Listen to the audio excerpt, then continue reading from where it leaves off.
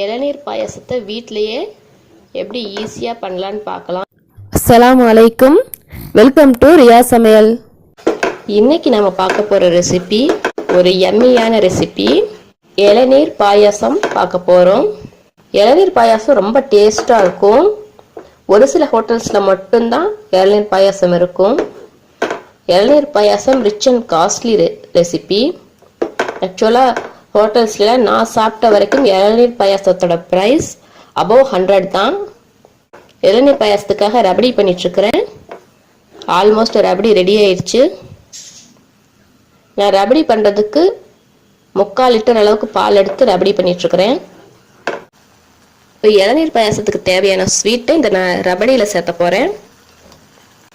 அதுக்காக ஒரு 5 table spoon sugar சேர்க்குறேன். ஒயிட் சுகர் வேணாம்னு நினைக்கிறவங்க வெல்லத்தை ஜஸ்ட் ஒரு 1/4 டம்ளர் தண்ணி ஊற்றி கரைச்சிட்டு பாகு பண்ணிவிட்டு அதையும் சேர்த்துக்கலாம். இந்த கம்பி பதமெல்லாம் தேவையில்லை. ஜஸ்ட் சும்மா உங்களுக்கு அந்த வெல்லம் மெல்ட் ஆனால் போதும். அந்த மாதிரி பண்ணிவிட்டு அதையும் சேர்த்துக்கலாம். சர்க்கரைக்கு பதிலாக வெல்லம் சேர்க்கணும்னு நினைக்கிறேங்க, அதையும் சேர்த்துக்கலாம். அந்த பாயாசமும் நல்லாயிருக்கும். வெல்லம் சேர்த்து செய்கிற இளநீர் பாயாசமும் நல்லாயிருக்கும். இது ஒரு 2 நிமிஷம் கொதிச்சிச்சுன்னா ரபடி ரெடி ஆயிரும். ரபடி ரெடி ஆயிடுச்சு. இதை எடுத்து வச்சிடலாம். இது நல்லா ஆறணும். இளநீரோட வழுக்க 1 கப் எடுத்துருக்கிறேன். இதை நல்லா ஃபைனாக சாப் பண்ணிக்கலாம். மிக்சியில் போட்டு அரைக்கிறதா இருந்தாலும் அரைக்கலாம். இந்த மாதிரி ஃபைனாக சாப் பண்ணி போட்டோம்னா கொஞ்சம் வாயில் லைட்டாக கடிப்படுற மாதிரி இருக்கும். அப்போ கொஞ்சம் சாப்பிட்றதுக்கு பாயாசம் சாப்பிட்றதுக்கு நல்லாயிருக்கும்.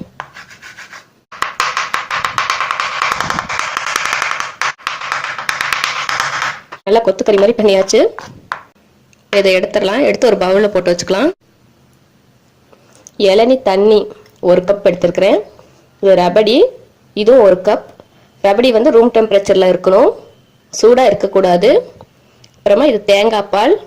ஃபஸ்ட்டு தேங்காய் பால் மட்டும்தான் சேர்க்கணும். பாயாசம் கொஞ்சம் லைட்டாக திக்காக இருந்தால் தான் நல்லாயிருக்கும். ரொம்ப 2ஆம் பால் அதெல்லாம் சேர்த்துட்டோம்னு சொன்னால் பாயாசம் ரொம்ப லிக்விட் ஆயிரும், அவ்வளோவா டேஸ்ட் இருக்காது. அதனால முதல் தேங்காய் பால் மட்டும் சேர்க்கணும். அதில் வந்து ஜஸ்ட் ஒரு ஏலக்கால பாதி எடுத்து அந்த தேங்காயோட போட்டு பால் எடுத்து வச்சிருக்கிறேன். இல்லைன்னா ஜஸ்ட் ஒரு பிஞ்ச் அளவுக்கு ஏலக்காய் தூள் வேணும்னாலும் சேர்த்துக்கலாம், சேர்க்காம விட்டாலும் பரவாயில்ல. அப்புறமா இது இளநீர் வழுக்க. அதை வந்து நல்லா ஃபைனாக கொத்துக்கறி மாதிரி கட் பண்ணி வச்சிருக்கிறேன். இந்த 4 தான் இளநீர் பாயாசத்துக்கு தேவையான பொருட்கள். இப்போ இது எல்லாத்தையும் சேர்த்து மிக்ஸ் பண்ணிடலாம். இளநீர் பாயாசம் பண்ணுறது ரொம்ப ரொம்ப ஈஸி. ஜஸ்ட் மிக்சிங், அவ்வளோதான்.